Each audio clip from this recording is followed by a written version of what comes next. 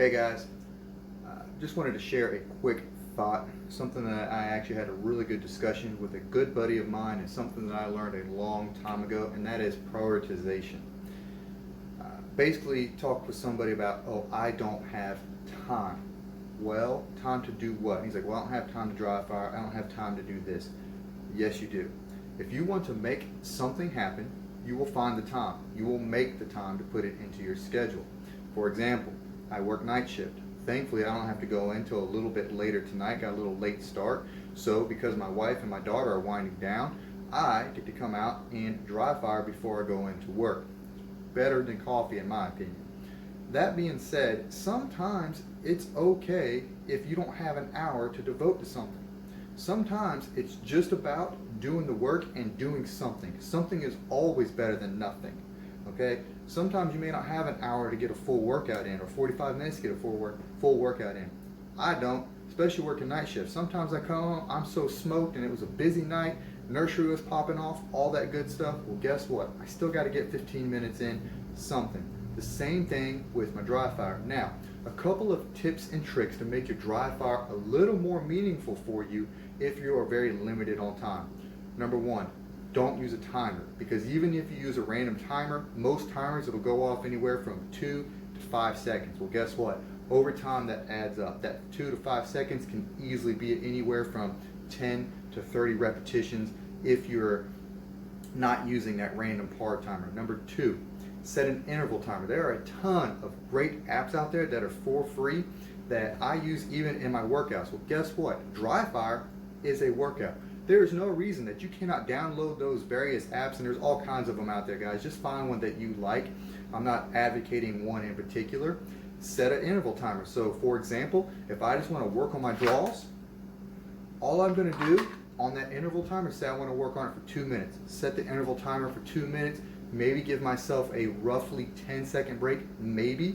So that way I can simply draw without working on a par time and just getting good, proper repetitions, myelinating those proper reps. Set up in 10 seconds. Generally that gives me enough time to kind of take a breather, maybe a sip of water, reset, and guess what? 2 minutes will go off on the next set, and now I can work on my turn and draw, Burkett reloads, full reloads, slide lock reloads, you name it. The cool thing with an interval timer though is not only can you set the time, you set your break, but you set your sets. So if I just want to work on my draw, I've got 10 minutes. 2 minutes is 5 sets, okay? Even with the 10 seconds, nobody's going to care if you take an extra 30 seconds with your dry fire. So 5 sets of 2 minutes apiece with proper draws, and you can work on all kinds of draws. Hands up, turn and draw, basic draw, one-handed draw, and you've pretty much covered all of your draws, and you've done 10 minutes. Because guess what? That's a lot better than what you would have done if you would have just sat on the couch and ate another bag of Doritos. And it's more than likely better than that guy at your local match that you're trying to beat.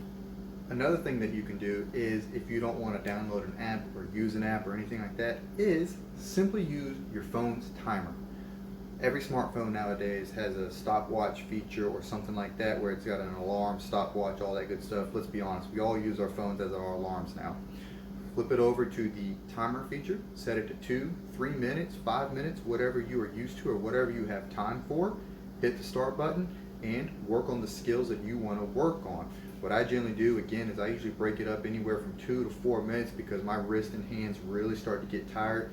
If you're gripping the gun like you should be, you really should be wearing out. You shouldn't be able to dry fire for 5 minutes straight just doing nothing without at least shaking out your hands, taking a sip of water, whatever. Last but not least, be specific. You don't have to work on every single skill every single time you dry fire.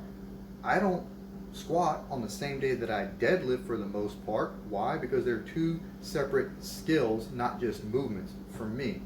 So that, what I mean by that is, if you really need to work on your reloads, then work on your various reloads. Work on your Burkett reloads. Work on accessing the multiple magazines out of the pouches if you're shooting from your competition rig. Just like chunking, when you break down a skill into its individual components, you need to dry fire the same way. So if you're very limited on time, be deliberate and be specific with your skill development. Don't worry about the timer, because sometimes it's not about getting faster. It's just simply about getting the work in. I hope this helps. See you on the range. Talk to you soon.